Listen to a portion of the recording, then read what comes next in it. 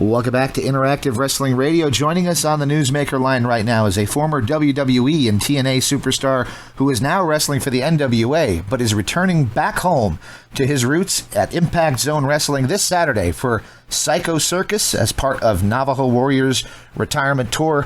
I am speaking of Mike Knox. Mr. Knox, are you with me?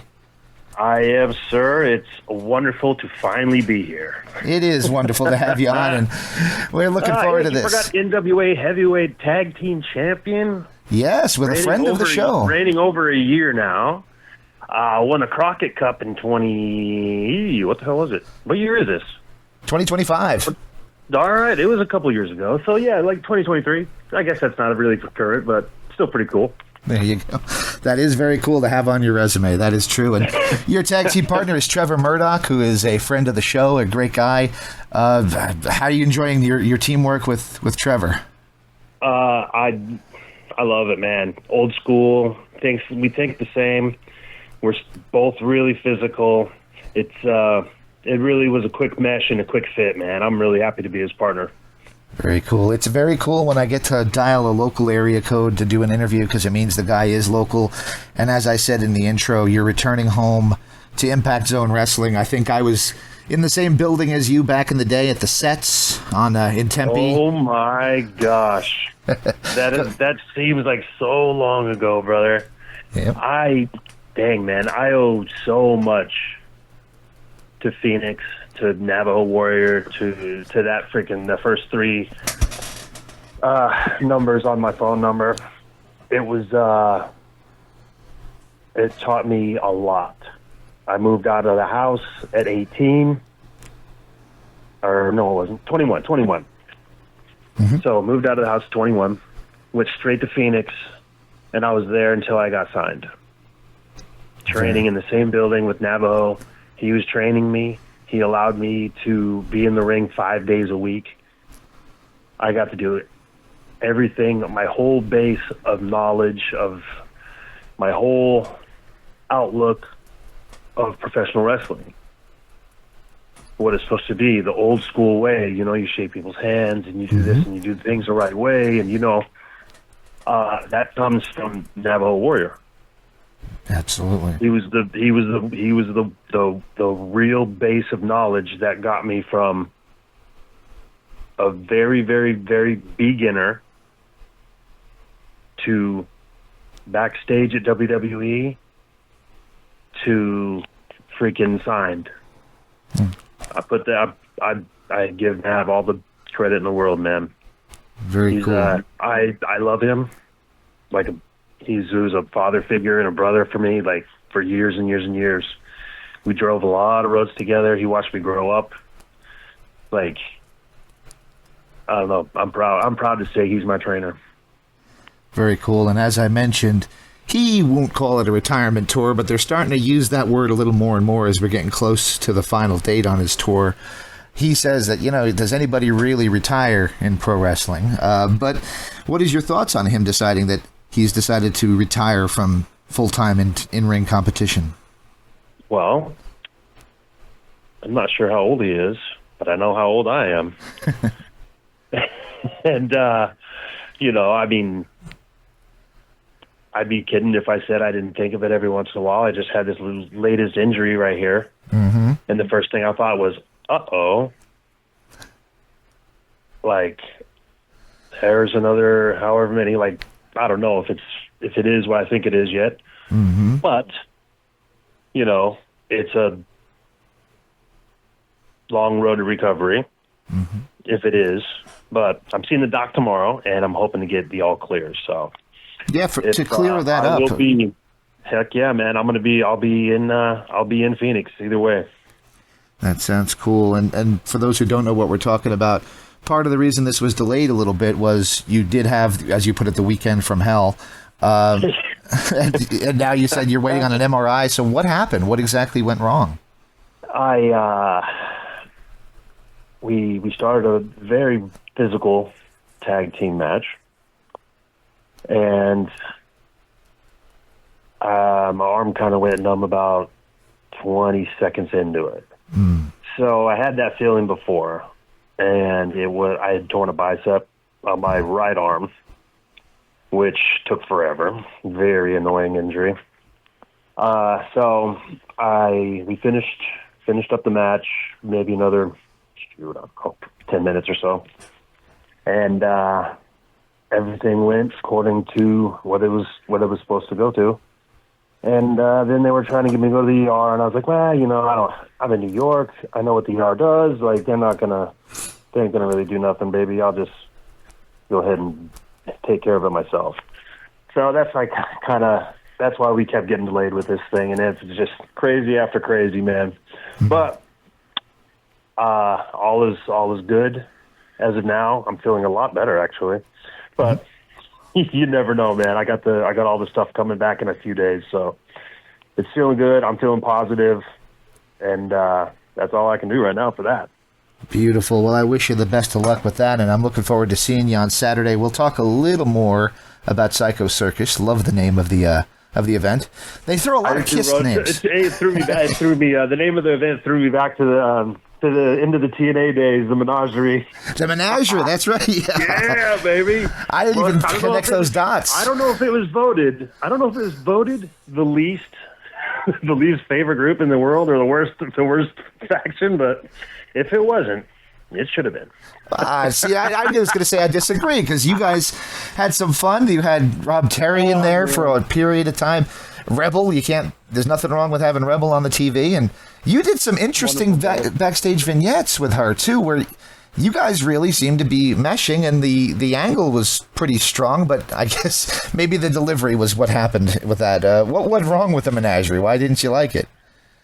Well, it kind of was. It was put to me like I was coming off of the Aces and Eights when that whole thing broke up, and then it was like I thought I was going to be back quick, and then I wasn't back quick, so I would have been like game for anything basically. They could have called me and said anything, and I would have been like, good, I want to go back to work, please, thank you. So they called me, and they hit me with this. It's like, have you ever seen Carnival? And I was like, huh? And they're like, yeah, it's on HBO. Like, da da da. I was like, okay. They're like, well, watch it. And like, I started watching. I was like, what the? Am I allowed to cuss here? You're allowed to cuss, yes. I was like, what the fuck is this? What am I supposed to be? What the hell kind of kid? What is my character supposed to be? The little guy or the big guy? I don't know. So I'm like, I'm sitting there, and they give me this like whole outlook, and they're just like, just be yourself. You come in there like you're gonna meet with your old high school girlfriend. She's an ex-out. Like, that's how they're pitching it to me. They're like, so you're like, your dad's, was a circus guy. I was like, huh? And then there's a big flood back in your hometown, and everything got washed out. So you got to go back home, and you run into your ex-high school girlfriend or whatever that was like still performing in the circus when all this is going on. And so this is how they're pitching it to me, and I'm like, okay, this is kind of weird. This is really deep here.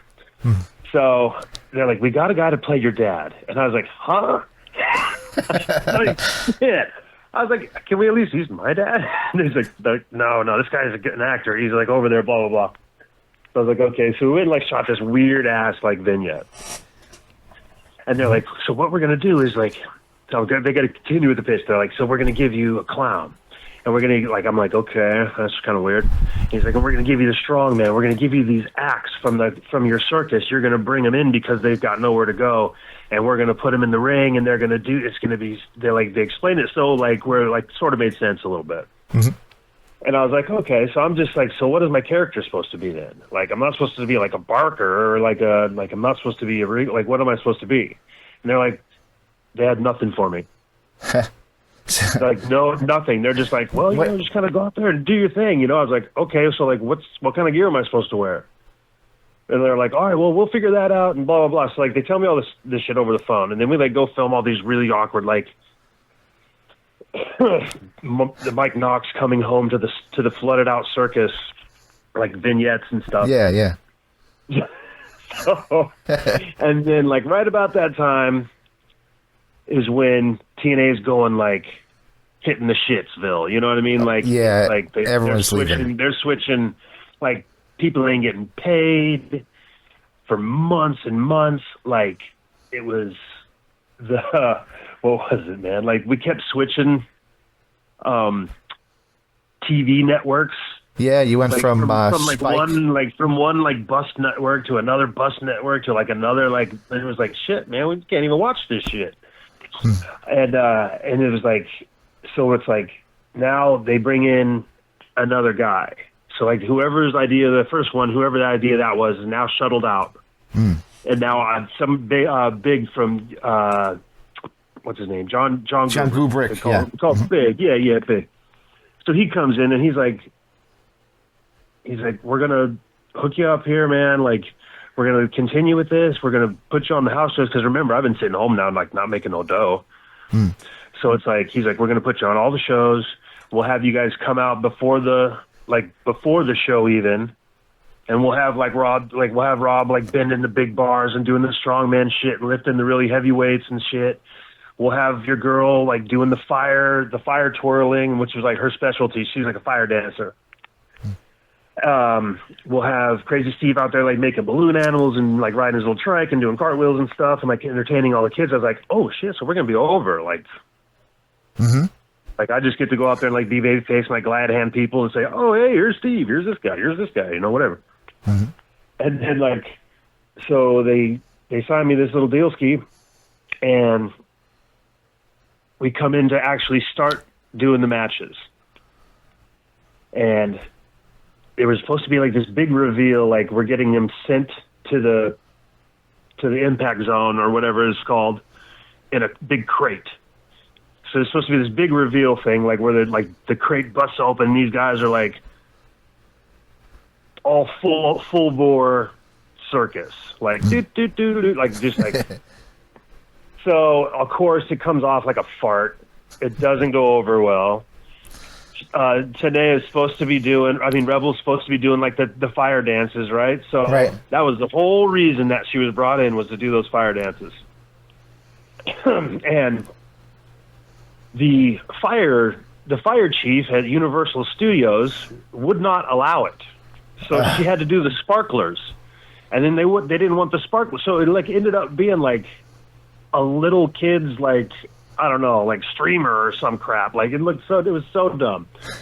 And then they're like, one of those punks used to carry the 4th of July thing. Like, yeah, brother, like we're going to give you these stilt walkers and we're going to give you this and that. And it's like, we're going to make it a big thing, you know? And I was like, all right, cool. Like in theory, like that might be cool.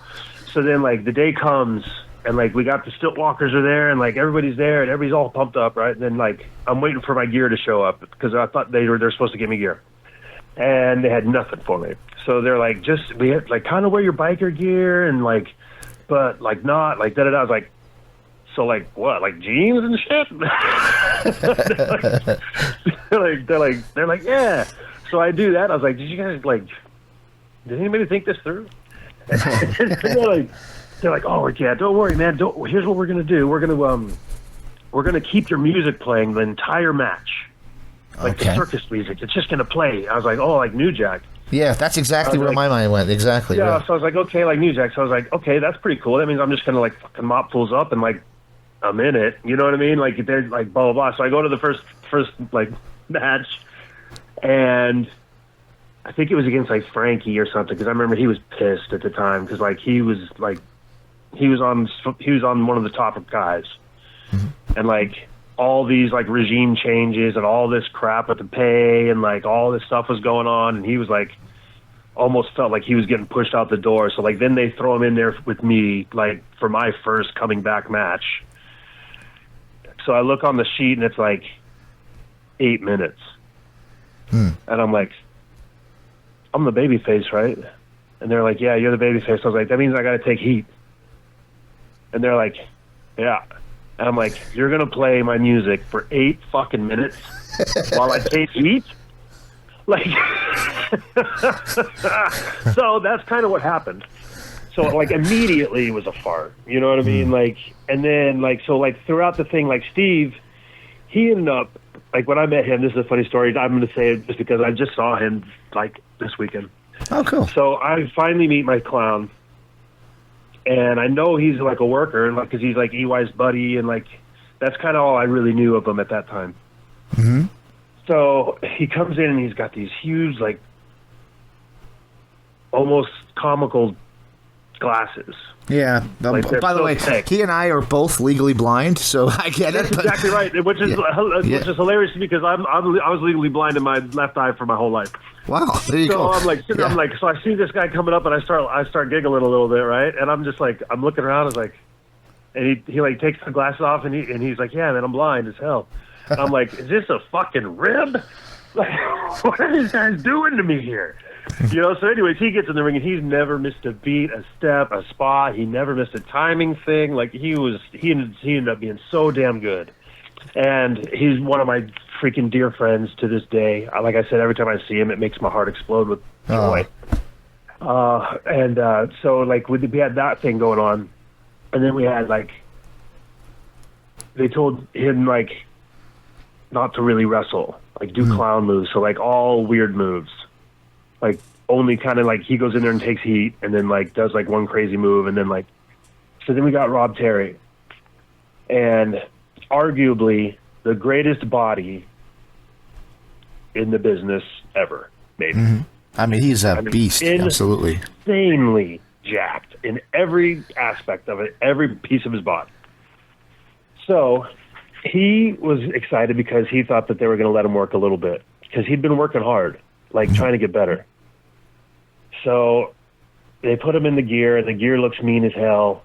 And it's like, I was like, dang, he's gonna be a killer, man. Like he was taking some pride that he got it made himself. Like he did all this, he spent his own dough on it. Like, and then he got in there, and they're like, yep, you can't do one move. Just freaking go out there and flex, and not a lot, like, and like push the guy. Like it was like whatever it was just so bad. Like such a deflating gut shot for him, you know, because he wanted to show people that he could go a little bit. Yeah, he had gone up to OVW to try to, you know, get some experience. So he was trying. And it's like he was trying, and I was happy because I was like, okay, we're together, so I can help him out. You know what I mean? Like I can kind of help him, guide him in the right direction, help him with timing. And then like when they told him he couldn't do nothing, it was like, oh well, crap, I can't coach him in how to do nothing. You know, I can't guide him to like. So it was like. So then they put the handcuffs on him, and then, like right at the very moment that happened, like, Big came to me on the side because I was getting jacked with money, like from the beginning. Because it was like I started with aces and eights, and it was like low pay because I came in and I was under a mask, and I was like, I just like never got like the big bump. You know what I mean? So like John came in and he's like, they've been screwing you for this many years. He's like, here's what I can do for you. He's like, I can give you this like big raise to where you're supposed to have been the whole time. So it's still a per show deal though, because it's like, who the hell knows, man? This place might go out of business in a week. So it's still a per shot deal. So I'm getting, you know, X amount of money, which now I'm like kind of gun home. Like, okay, I'm gonna give this my full efforts. Like, if they want me to be a goofy I'll do that. Like, if they want me to, like, start dressing as a freaking clown, I'll do that, too. I'm going to really put if they're putting faith in me, I'll put faith in this, and I'll try to make chicken salad out of chicken shit, you know? So, the gear starts coming along a little bit. We start putting the circus stuff together. Like, we get a little entrance together, and, like, we get a couple buildings where she can do the fire twirling thing. So she got to do it, like, once or twice. And then, like, we had one mishap. I want to say it was in Dallas. So we were going out there to do, like, a dark on one of the shows or something. And like, it was against, oh, man, I'm having a brain fart right now. Like, DJ Z and he changed his name so many times. What was it back then? Robbie E. Robbie E, yeah. Both great workers, you know what I mean? But they were, at the point, they were, like, character workers. So that was like our kind of deal, right? So we're just getting going and we're doing like a dark before we go on like and do our little run together. So one of our freaking stilt guys is late. And our music's playing and they're like, wait, the stilt guy's coming. So I see, like, I'm watching the stilt guy haul ass down the thing, but he's in full stilts and he's in a regular like haul. So he's got to bend over, like, really funny looking, you know? So he's like, like Spider-Man, like, coming down the hall. So he goes out, and he's like, oh, let me get So he like runs across the stage to go to where his spot is, and they cue everybody to go. So like they do this big entrance for us, and these stilt guys come flying up the thing, and this MF trips. Oh. And he goes and he eats shit. Boom, boom, boom, doom, doom, doom, doom, doom. So he goes down. and the other stilt walker gets up, and he's out there, and he does his one stilt walker thing. And the other guy, like eventually he gets up and he gets out there, but. Did you ever see Billy Madison? Yeah. That's what I'm picturing, the clown when it falls over. That's exactly what I'm thinking. So, like, eventually the guy, like, gets out there, and, like, the second he gets out there, of course, the match is over. Bing! So, like, we come back, and now, like, they're talking about lawsuits and, like, insurance shit and, like, all this stuff. So they're like, no more stilt walkers. So now they cut my stilt walkers out, like, before we got really running. And so, like, boom, boom, now another one. So now there's, like, a TV station change. So they're like, hey, they cut out all the house shows. So now they're only doing TVs. And they're like, we're going to go to New York. And we're going to try to get over in the Hammerstein Ballroom or whatever that room was. Mm-hmm. So went up there, and, like, we did like a singles tournament that they put me in, which was very surprising. I had a match against Austin Aries where I was one of my very favorite matches that I did, and later on in my career so far, like it was one of my favorite ones. It was hard hitting. It was cool. It was like the second time that we worked together, so it was like we knew what was up. Like, and I was the circus guy. And I freaking did like the cartwheels, and I did the kip ups, and I got up in the corner like he did. You know what I mean? So like I gave it my all, and it freaking worked. You know what I mean? Like the crowd from New York turned for me that night, and it was really cool. And then we go back, and we do like maybe 2 more matches against DJ Z and Robbie. It was obvious they had no more ideas for us. Because like everything, we just kept working them, and it was like I felt bad for them, because like how long can you play that he's scared of clowns, and how long can you do like me just coming in and like not selling, just like kicking people's asses, like that kind of sucks, you know what I mean? That's not a fun match. You want to go out there and go. So it's like, so now I'm like feeling kind of like uh-oh, these guys haven't got jack for me. So we go off, and now they're going to go back and do Hammerstein again. So I'm all excited, and, talking to the wife. I'm like, hey, man, I got over last time there. Hopefully they're going to do some cool stuff with me. Mm-hmm. So then we go up there, and they had nothing for us that time except for like a battle royal or something. So I go in the battle royal, and, of course, I blow my knee out. And it's like, son of a bitch. So fly home all screwed up, you know what I mean? Like have to like go to the DOS and do like this whole crap I'm doing this week. Okay, well, let's see what's wrong, blah, blah, blah, blah, blah. So got the freaking, got the verdict, and it wasn't great, but it wasn't catastrophic either. Mm-hmm. So I did what I usually do. I tape the shit up and go on. So I'm ready to go now. So the next New York shows, I don't get the call to go. And then I look and I see a match, and I call Steve and Terry, and they're all there. I'm like, what the fuck? Mm-hmm. So I was like, huh. I was like, I didn't really sell that I got hurt that bad, right? Like, I told them I was fine. Mm-hmm. So then I was like, okay, well, what's up? So then, like, a couple weeks later, they go do another show, but I ain't on that shit again. And I'm like, what the hell's going on? And they are. Mm-hmm. So I'm like, what is happening here? Right. So apparently they switched the TV networks to whatever the last one was. Was it Destination Pop TV or Okay. Yeah, whatever, Pop or whatever it was. I can't remember. There was Spike, then Destination America, then Pop, yeah. Yeah, whatever the last one was, Pop. So now they're going over the books. Yeah, I'll be out in a little bit, honey. I'm just giving them a little more time. Mm-hmm. Maybe like 20 more minutes. I'll try 20 more minutes. Okay, so I'm like... Sorry to keep you, man. No. This is all me, baby. Okay. So I'm like, not. So apparently, here's what happened. Like, they're going over the books now. They're going over everybody's contracts, like what everybody's getting paid, like the ups and downs. They're trying to figure out like all this, and they get to us, and they're like, okay, Steve's making X, Terry's making X, she's making X, and he's making more than all of them. My son only likes to clown. Why do we need him? You know what I mean? Like, so it was that kind of shit. You know what I mean? Like, just boom, one sentence just like that, and now I'm sitting home again for another year for my contract to run out because they won't be nice and just release me. And you know what I mean? So it's like now I'm like, yeah, that's why I don't really like the Menagerie. We never got a real fair shake from the beginning. And then like we had some great ideas. You know, we were like, oh my God, if you can make us just make us heels for like 6 months. Yeah.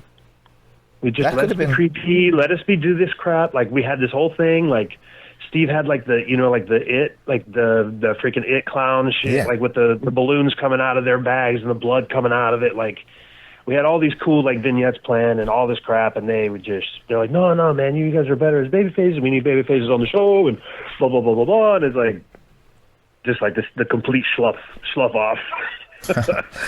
But if you think back though, go back to Doink. TNA is thriving now though. They're whooping ass now. Yeah, just did a really good crowd in New York. Look at them; they're doing good for themselves. Yeah, a lot of WWE influence. NWA had a pretty good crowd too, man. Yes, they did. All right. Well, yeah, I wanted to ask you about the experience of finally signing with WWE, and like I said, I was in the building with you in the sets. It was a nice place, but it wasn't very big. And then you're playing with WWE, which is, the juggernaut, and the crowds are so much bigger, and the production is so huge. What was the experience like to finally be in a WWE ring and get signed like that? I felt like it was all vindicated, like all the sacrifices that I made, all the miles, all the freaking broken bones and the blood and all the training and all the time and all this, everything I did, I was like, we did it. Like, hell yeah, man. I knew it in my head. I was like, maybe one in 1,000 of the boys get this far. Like, I signed that thing. I didn't even read it. When that thing showed up, brother, that thing showed up. It was kind of funny how it happened too, right? Because we had been going backstage for quite some time. Navajo had really paved the way for us to be. Every time they were on the West Coast, we were always there, and that was Nav helped me get started on that for sure. So we were back and forth, and we'd had some dark matches. And we did some like velocity matches, and I had done like some bit spots like backstage where I was like we did the pose, like we judged the pose down, like me and Navajo. I just watched it yesterday. It was me and Navajo and Gallo. It was like all the boys from the sets. We were sitting there on the chairs. We were judging the Scott Steiner versus Triple H bodybuilding contest and all that crap, man. It was it was so nice because I was like, okay, I'm gonna be on this side now, and hopefully all my friends will come with me. And when I left Phoenix, I felt like I was ready. I thought they were kidding with me when they were somebody had called and they're like, hey, blah blah blah. Like I heard a message on my phone, like, oh, this is Tommy Dreamer, blah blah blah. And I was like, no, it wasn't. No, it wasn't. That was Derek. That was Derek. That was my Kirk, dick. So then Derek does call me, and he's like, hey, man, what are you doing? I was like, nothing. I'm just getting ready to go training. He's like, look outside your front door, idiot. And I look outside, and there's like a big envelope with WWE there. Oh, wow. And I was like, and I pulled it in, and I was like, all right. And he's like, brother, did Tommy Dreamer try to call you? And I was like, no, I thought that was you. And he said, no, that was Tommy Dreamer. Answer your phone, idiot. So we hang up or whatever, and then Dreamer calls me back. And he's like, all right, man, we're going to send you down to Atlanta. The thing's not built yet, this and that. Like, Johnny Ace is going to call you in a couple days. He wants to talk to you about some stuff. And I was like, oh, God, okay. So, boom, hang that phone up, and, like, my heart was thumping so fast. I was like, holy shit, this is happening. This is happening, like, right? This is happening. I always thought it would. I always hoped it would. And it is. Like I said, I have so much gratitude for the city of Phoenix and for the fans there, for you guys. Mm-hmm. Like, you have no clue. And when I left, and when I went to WWE and I was up there, like, it's a big business, man. It's a big corporation. It's like, it is regimented. It is time slotted. It is. And to be honest, before every one of those damn things, I sat up in the top of the building, and I just looked around. I used to watch them, like, build the ring, like build the sets. Mm-hmm. I just sit up there and watch them. And I would just sit there and think, like, damn, I was down there building that shit in the sets. I was down there building it down on Mill Ave. I was down there building it in, in the freaking Coliseum basement. Like, I was like, I built these buildings everywhere, and now they're building it here, and I'm watching them. Like, it just was, like, so freaking cool, man. I don't think anybody really understood why I was just sat up there. Everybody came up and we bullshit a little bit, but I was just drinking it in and being so, like I said, so much gratitude, man. Very cool. I got a couple questions for you. I'm going to try to give you everybody kind of the Reader's Digest version, but a friend of the show that passed away a long time ago, I remember you wrestled him, and I don't know why, but I really enjoyed the match. It was you and Balls Mahoney. Man, I was hoping you were going to say Ballsy. Yeah. What was it like working with Balls, and what do people not know about him that they should? Because I think he was one hell of a good guy. He would give you the shirt off his back, man. He was funny. He was like I swear, sweetest dude ever. Horrible singer. Tried to karaoke one night. It was awful. He lost his voice halfway through. He was trying to do Danzig. Oh, Mother? Yep. There you go. I can picture that. That's a big song, baby. That's a big song, man. Yeah. He was really giving it his all, but he lost it halfway through. I'll give you a fun story that nobody knows. By the way, Danzig, fellow Jersey boy, too, by the way. Brother, so he used to tell these big stories, these yarns about how he was a great fisherman.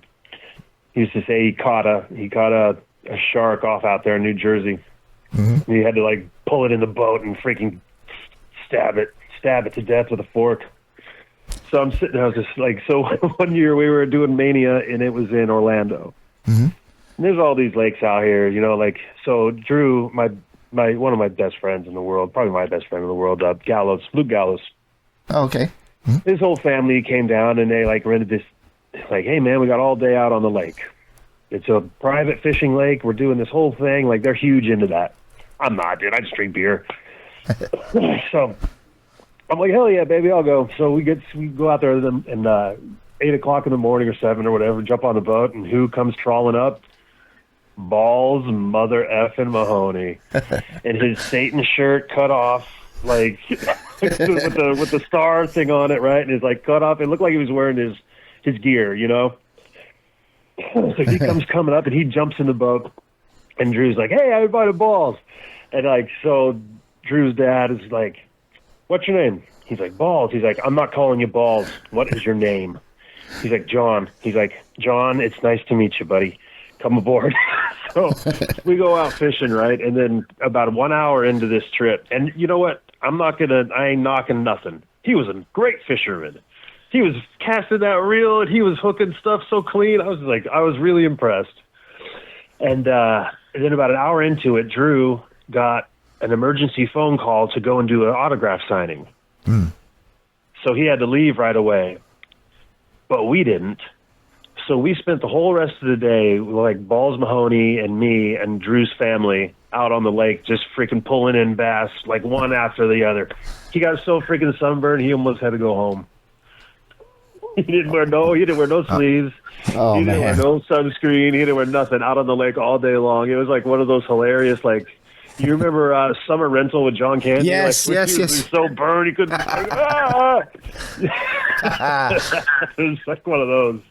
I can't remember who he wrestled. I can't remember who he wrestled the next day, but it was somebody who chopped, and it was, oh my God, it was hilarious. Oh, that's awesome. I can't believe I got a Summer Rental reference and a Billy Madison reference in the same interview. That's Hell yeah, brother. We're not done yet. We'll get some more in there. All right. Try to get some Spaceballs references in there. You got it. All right. Desert. So you mentioned, Arizona. You mentioned I was in the same building as you. I was in again at GCU when you were in Bound for Glory, and you were one of the masked guys in there against Sting and Bully Ray, Aces and Eights.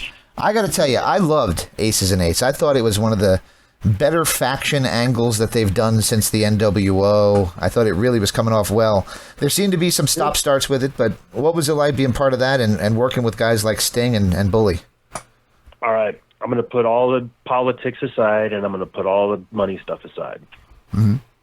It was the most incredible, funnest, most gratifying time that I'd ever had in my career, because I got to work with Hulk Hogan, mm-hmm. whom as a child, he was the one that started me, and I saw him first. Yeah, me too. And I was a Hulkamaniac, brother, for life. Mm-hmm. So I got to work with my hero. There wasn't an inch on my childhood wall that wasn't covered with a poster of him or something of him. Mm-hmm. It was crazy, and I got to work with him. And if it wasn't him, it was Sting. And I got to work with Sting. And it was like, shit, man. I was like, these guys are my idols. And then it's like, I was working with, who else? I got to work with freaking Jeff Hardy more, and I got to work with freaking idols, Austin Aries, you know what I mean? Shit, he was at the top of his game when we were going. Mm-hmm. He was the champ. He still felt like he had something to prove. He was so freaking hard. What a wrestler he was. And it's like, shit. And then I'm traveling with Devon, and it's like, come on, man. Is this real life? I get to do this with my best friends, too. I get to do it with Gallows. I get to do it with, Wes, with Briscoe. Oh, come on. It was... Get out of here, man. Anderson, too. Shit, I've known him forever. I was like, this is great. We're drinking beer. We're drinking beers in the day, just having matches. Nobody's giving a shit. It was so fun. I was like, damn, I just get to be me. This is great. That's... And then... Uh-oh.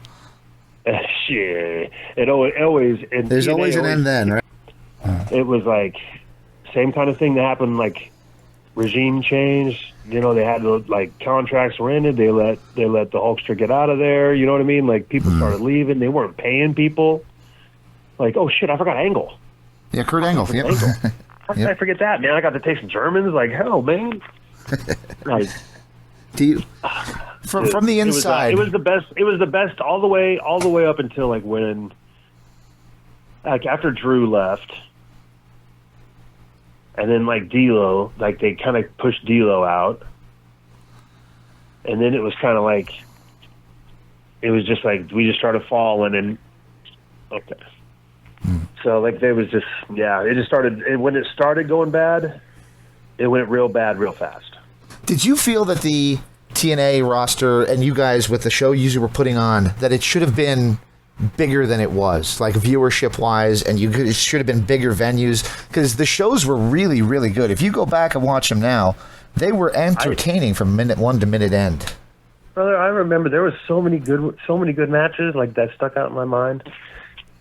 I was everybody was trying. It felt like we were fighting to stay on TV. So it was shit. Because at this time, I don't know how many people you've interviewed about it at this time, but it was people weren't getting paid, dude. The light guys weren't getting paid. The freaking ring crew wasn't getting paid, for months and months and months and months. Freaking some of the top guys were not getting paid. Everybody was having a call. Shit, man, we weren't getting paid, and we weren't getting paid nothing hardly. Me and the boys. Like, shoot, we had to call poor Bob Ryder. Oh my God, the number of times I cussed him out on the phone, and it's not even his fault. You know what I mean? But he's just the guy. He's the guy you have to call. Like, oh, you got to talk to this guy. So I was like, okay, well, I'll cuss him out, I guess, because, you know what I mean? Like, I know you're sorry, but brother, sorries don't pay bills. Like, God damn it. You know what I mean? Bob Ryder is partially responsible for me doing this. So honestly, I don't know if they could afford getting us into any other villains. Like, but people, like the locker room, the boys back there, they all kind of knew what was going on, but they all wrestled their hearts out, man. Very cool. Well, I was almost shocked when they didn't close the doors. Really? Oh. Yeah, it was bad, dude. Like every time that we would show up, even just Universal, there would be a question if the freaking light guys were even going to show up, or the sound guys, or the electric guy, because we had no idea if they had been paid or not. Was this after you were there for a while? Bro. Was this after you were there for a while, or was it pretty much the whole time that you were there that it was like that? Dude, at the beginning it didn't seem. At the beginning it was going well, and then it just started slowly, because it was still aces and eights, because it was right about that time where they started shuffling off people. Like I said, Drew ended up splitting and freaking, they pushed D'Lo out and they did that, and then all of a sudden, that was when all our storylines kind of turned to, it got too drawn out.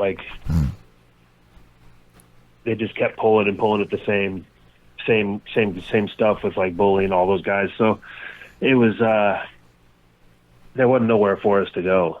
So it was as that was all turning, and as the story was turning, on TV, in actuality, it was turning kind of for everybody. It was weird, man. It was pretty tense back there. Very cool. Well, I have three questions left. I didn't even. That was I tried to compartmentalize when I'm at the shows. I try to get rid of all the money stuff and all the other crap. You know what I mean? So that I can do my job as a professional and do the best I can do. Every time when I got home is when I was furious. There you go. I bet your wife was thrilled with that. Yeah. She got angry you. Yeah, Bob Ryder said it was on the checks in the mail, brother. Bob Ryder was the reason I started doing this. He actually did WCW Live back in the day, and I was kind of like an unofficial regular guy on his show on the official WCW site, which was so cool. And from that, when WCW closed, I'm like, I'm just going to keep doing stuff, and here I am 25 years later. So it's still going. Like I said, I got along with Bob so well. Except for when I had to be mean, you know what I mean? Because it was shoot, I had people to answer to, you know what I mean? It was like, shit, well, she's standing right in front of me. I guess I'm going to have to yell at this guy. Yeah. Well, like I said, I have about three questions left for you. Okay. I'll try to get you up because I think your wife probably wants you back for the baby. But that's all right. We'll do this. All right. So here's the heavy question, and you kind of talked about it already, but you and I, we share the same hero, and that is Hulk Hogan. That's the reason I like wrestling, and we just lost him, and it's been almost a month to the day. Any thoughts on the passing of Hulk Hogan? I don't know, man. It was pretty sad. I got to hang out with him a few times, after TNA, and it was he was always. They say never meet your heroes, right? Because they're going to disappoint you. Mm-hmm. Well, that wasn't the case. He was far nicer to me, far more generous, far more giving than he ever had to be, than he ever needed to be. I'll do one for instance, and there's others that I'm not going to say because I just witnessed those. Mm-hmm. So we did a shot down here in Tampa, and he had a little restaurant bar at the time down there by the beach, mm-hmm. and we were doing our thing, and I hadn't wrestled in Tampa. That's where I live at now. So I've been in Tampa for probably 15 years or something, but I had never wrestled here. Mm-hmm. As I've lived here, so I had a lot of people coming to the show. So I had probably, I don't know, 35 or 40 people. That's a lot for me. So afterwards, we're Hogan's like, hey, brother, come down to the beach. Come down to the beach stop. I'll, I got your bar tab. And I was like, shit, man, that's going to be a tough one, man. I was like, I got so many buddies down here. I was like, I got like 40 fucking guys. He's like, bring them all, dude. I don't care. Bring them all. So I brought them all, and we all went down there. We had a great time, you know what I mean? And I figured he's like, just bullshitting, you know what I mean? I'm ready to go we're all ready to go pay our bills and stuff. And every single one of them that went up, it was all paid. Oh, wow. He didn't know those guys from Adam, dude. And I don't know if it came out of his pocket or not. I'm assuming not. But just for him to think enough to, like, take care of that crap. You know what I mean? He didn't even know those guys. Shit, he wasn't even, he was only there for 25 minutes or something, you know what I mean? Then he split. Like, wow. So, yeah, man, he's always, like I said, and that's just one instance. You know, the last time I saw him, it was on Brian Knobs' 60th birthday. And we were up there, and it was the hell was playing in the background. It was one of those WWE. It was the one where they were in Puerto Rico. And Bad Bunny and Damian Priest were going at it. Yeah, I don't know the name of it, but I know. Hell of a match, brother, hell of a match. Mm-hmm. So I was sitting there with him, and I was trying to buy him a beer, but he'd stopped drinking by this point. You know, he's kind of like went back to Christ. So he was at his water, and he was sitting there, and like I sat there, and we watched the match, and I was kind of looking at him, and I was like, "You're the only person I could really ask this that would really, really, really know." And I was like, "How much do you give a celebrity?" Because like that match with Bad Bunny and Damian Priest was like 50-50, if not less. Mm-hmm. I was like, this guy's never wrestled. It puts a tarnish on the business. Does it like blah blah blah blah? Mm-hmm. And I'm just going to give you the short answer that he gave me because I mean, shit. Think of all the celebrities he worked with. Yeah, I'm picturing Jay Leno having him in an armbar right now. I am too, brother. I am too. So he was like, the first thing that you have to do is thank them. It all depends on the guy. If they want to do a little bit, you do a little bit. If they want to do a lot, you do a lot because they're coming in from their home. You know, they're bringing in all of their fans to a whole new venue of this and that, like they haven't been here before. A lot of them, so they come to see him. Maybe a lot of them stick around. He's like, you don't know, but you have to be grateful because guess what? Last week he was at the Met, and he just had an album drop, and next to this he's going to be in this movie, and it's like, and he's making time to come here, and he's like ready to give it his all and do all this shit. Then you let him do pretty much however much he wants. It was just like it was such a cool perspective on it. Because I always just think like, okay, if you've trained, if like.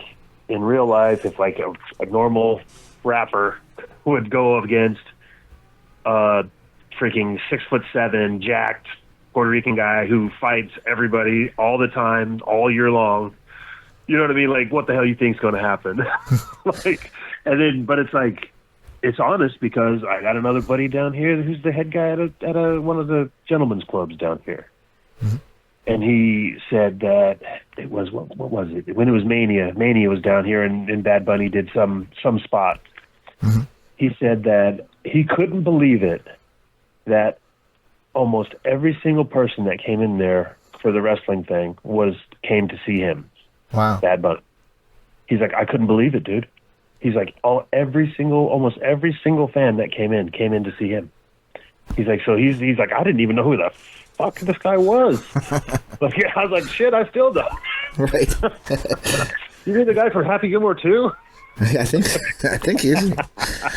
All right. We got another Adam Sandler movie in there. That's good. He was, like I said, I think Tampa, sure, I think they're going to miss him because he was always out. He's always doing pretty good things. At the end of the road there, like he said some stupid things and he got him, you know, I can only go off what my experiences were with him, and mine couldn't have been, as a kid growing up idolizing somebody, it couldn't have went better. All right. You know, and it's like now every time now, even whenever I'm going to think of him, I'm going to smile and I'm going to remember like this fat little kid with glasses at a stupid haircut, and a Hulk Hogan shirt. Like, dreaming of one day maybe getting good enough and big enough to become a professional wrestler like Hulk Hogan. That's amazing. And he freaking did it. And then it all went around full circle where I got to see him down the end. It was like, God, man. And that's, like I said, and every single step from the very beginning of my career to the twilight, it all runs through Phoenix, man. There you go. And that's where we're going to be on Saturday for PSYCHO CIRCUS. It's a return for you back to Impact Zone Wrestling, that company that did run the sets back in the day. Now they're at Bullshooters. It's a cool place. This is one of my last two questions. What is your thoughts heading into the return to Phoenix? And with the injury, what are you planning on doing there?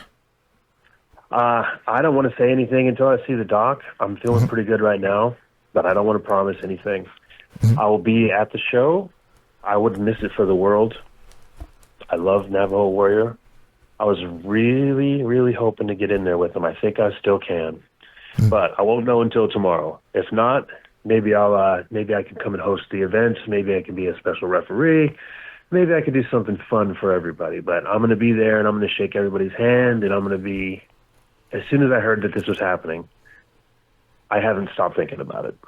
That's awesome. Nothing can keep me away. Tickets are still available out there. You can get them at the IZW Facebook page. I will have a link on there on the interview page. And the final question, if I can ask, is about the NWA, which is the main promotion that you're working for right now. You're working with Billy Corgan, who's the guy who owns it. What's it like working under Billy Corgan? Awesome. Awesome. When I first talked to him, I was like, okay, well, what do you want to like? Because I was coming off of my first bicep injury. Whenever NWA contacted me, I thought I was done with wrestling because when I tore my knees up at that battle royal, and then it only got worse. So I was like, okay, well, if it's over, it's over. I had a long career, 20 years, or whatever it was. Nobody gets that. Hardly nobody gets that. I'm okay. So I was okay with it. And then I tore my biceps. So I started doing the rehab.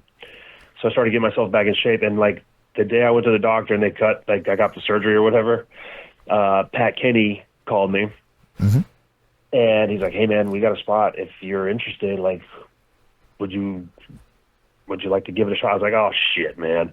I was like, I just tore my damn bicep. I was like, I'm out for I can't remember how many months, whatever it was, 6 months or whatever. So I do my whole thing, do my rehab. I actually get myself in pretty good shape. And I'm like, okay, cool, man. I'm feeling all right. My arm's feeling strong. And I swear to God, I don't know if it was luck or if he set an alarm or what. But the day that I got to the doctor's appointment and they cleared me for 100% physical activity, on the drive home, that son of a bitch called me again. And he's like, hey, man, we might have something for you if you want to come in. And I looked at my wife. I was like, let me call you back. So yeah, I asked the boss. Yep. Hell yeah, man. Shit. Every time I get hurt, she's the one that has to bear the load. She's the one that has to help me shower when I can't freaking bend over, or when I can't move my arm. She's got, she's the one that has to do all that crap, take care of me. So I look at her, I was like, okay, honey, you know where my heart's at. I don't like real life. I don't like going to real jobs. I don't like doing that crap. You know what I mean? I'm a wrestler, baby. You know that. I was like, they give me a little opportunity. It might just be for 1 or 2, matches. It's probably going to be something small. What do you think? And then she's like, okay, well, is it going to be worth money-wise? Is it going to be worth this-wise? Is it going to be worth insurance-wise? Blah, blah, blah, blah. So we start. I was like, well, shit, I don't know any of that stuff, baby. That's what I keep you here for. So, I talked, we talked to Pat, and it's like, okay, man, we just come into a quick thing. Because like I said, I kind of thought it was just going to be a one or two shot deal. I didn't know if my bicep was even going to hang on. I kind of half expected it to rip right out again. Because it was bad the first time, man. And I waited a long time to fix it. It was stupid that I got it fixed. I can't believe it worked. So I'm sitting there and I'm like, okay. So I'm expecting him to tell me like, okay, yeah, you got a tag match with blah, blah, blah, blah, blah. They're like, all right, man, we're going to have you do this thing with Trevor. He's our champion right now. And we're going to have you go like, I was like, oh, shitty. Okay. All right. When is this? And then like, they say like, oh, it's like next week. And I'm like, motherfucker, I ain't wrestled in 3 years before you. Like, I don't have, like, I ain't got time to get in proper shape. So I hit up Big Con, Ryan O'Reilly. I've known him since we were in Deep South together. I hit him up. I'm like, bro, you got a wrestling school down here? And he's like, oh yeah, I trained with Jay Lethal, and they got a school out in Largo, and it was like, it all just kind of worked. Like, it wasn't too far away, so like, I was like, bro, I don't need to be in your training classes. Just give me 2 or 3 guys and a couple hours, like, so I can move. Like, just make sure I like still like, it's not that you never forget. Yep. But you get in there, like, you need to make sure you can still, like, in your brain, you still think you're 27 and you still think you can fly and you have all these ideas of shit you're going to do. So I'm like, okay, I better at least try this shit once before the cameras are on. So I'm sitting there, like, I'm getting in there rolling around with the guys, and thank God I did, because a couple of things I wanted to do were the shits. I would have been so embarrassed. I probably would have killed the guy. So, like, I sat there, got myself ready, and then, like, I get there, and I'm talking to Billy, and I'm like, what do you have in mind here? And he's like, I need just be you. He's like, I don't want to put you in a stupid character. I don't want to put you in I'm not going to give you a whole lot of direction. You'd be you. Wrestle the way you want to wrestle. Just be you. I was like, holy fucking shit. I don't think I've ever heard that. Right. You know, like, that's always been something, like, you just think about it, dude, like, the Kelly boyfriend, and then, like, the freaking weird guy, and then, like, some other weird, stupid character that they try to push, like, the guy who knows all the weird body parts, and, like, what happens when you freaking choke somebody, like, and then a freaking a biker, and then a freaking circus man, and then, like, you know what I mean? So it's like, what the shit? I don't think I ever hardly been a kid, like, just a guy that went out there and worked, maybe for like, half a year in WWE, and then I was the beard guy. Like, so, like, he freaking, you know, like, when it's time to cut promos, which I've always had a love-hate relationship with those, it's not like, it's like, hey, be you, go ahead, you have this much time. All right. And it's like, all right, baby, do you have a cuss word bleeper? If you just let me go for a minute, I'm probably going to say shit. Oh, bro, yeah, man, he put, like, he's it's like one of those things again, like, where you go into the NWA locker room and instantly I was thrown back to, like, kind of how the Phoenix locker rooms were. Everybody got along. We all liked each other. Like, when you see each other, you're hugging. You care about everybody's match, and you want it to be better. You want to sell for them better. You want to make sure that, like, that is, like, everybody was just so giving, and, like, there was, like, young guys, and there was a couple vets, and then, like, there's, like, and everybody was so hungry to be good. You know, and it was like, it really, if you could see me right now, bro, I got goose fucking bumps. I can hear it. I can hear it in your voice. And I'm sitting there, and it was like, and everybody just cares about everybody else's shit. And I'm just like, oh my God, this is so weird. This is exactly what whenever I left to go to WWE, when I drove out of Phoenix, in my shitty Camaro with no radio, I was like, I'm going to make sure that the locker room in Deep South is like the locker room in Phoenix. Like, we care about each other. We got each other's backs. Like, nobody fucks with any of our guys. Like we're all in it for each other. And then we got there to Deep South, and we started doing, like, and it started that way until, like, whenever we started Deep South, it was like 3 months or something before we even got a ring. So we're doing army training, sir, like, running through the freaking streets and, like, all this crap. So, like, we were all super tight when we were doing that. And then the ring got there, and we started running matches, and some of the boys were like, oh, shit, this guy's way better than me. You know, like it was like, oh God, like, and then it was like the panic mode, and then there was little clicks that sectored off, and then there's this, and like, it was like, oh God, damn it, this is exactly why this shouldn't have happened. So when I got to, so I figured it was just like that was the way it is in all these things. Everybody's sect, everybody's doing backstage politic crap, like all that. And then I got to NWA, bro, and there's none of that. There you go. It's like it's pure again. I love it. Well, man, it's just brother, yeah, man, it's nice. I love it there, brother. I really hope we just got the big thing with Roku. Mm-hmm. We're running our first takes on it's like on their major like sports program. It's like it's free. It's a huge deal. It's a big deal for us, man. I really, really hope it works out good for the boys, because the set that we have down there now is like the mix of like young hungry guys and old vet guys that can help like sharpen them up, you know, start to get them ready to sharpen them up. Like all they need is time and shows. Even though the style of wrestling is totally different, it's a lot like ECW. It's a lot like ECW. That's Billy preaches that. He's like, we do our style here. He's like, if you want to do a different style, that's fine, but you probably should do it somewhere else, because that's really not what we're looking for here. Beautiful. And you do what the boss. He's like, I want old school wrestling. He's like, that's what I want. He's like, don't worry. He's like, if you don't love it, that's fine, but that's what we want here. Beautiful. Solid strikes, like all the stuff. We be safe. We try to do this. We try to do it the right way. Go out there and get it. Be physical and get it.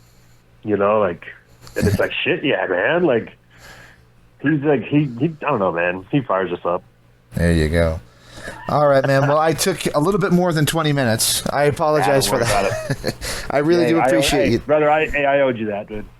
I appreciate you doing that. You didn't owe me anything, but I do appreciate that. That means a lot to me. And I will see you on Saturday at PSYCHO CIRCUS from Impact Zone Wrestling. Once again, I will have the link on the description page here so people can click it and get tickets and check out the Navajo Warriors retirement tour, and, of course, PSYCHO CIRCUS. Get to see Mike Knox in action, too. Possibly in action, anyway. Heck yeah. Hey, I'll be in action in some way or the other. All right, man. Appreciate your time, and please do apologize to your wife for me taking you away from her for so long. Don't worry about that, brother. I will. This is Interactive Wrestling Radio.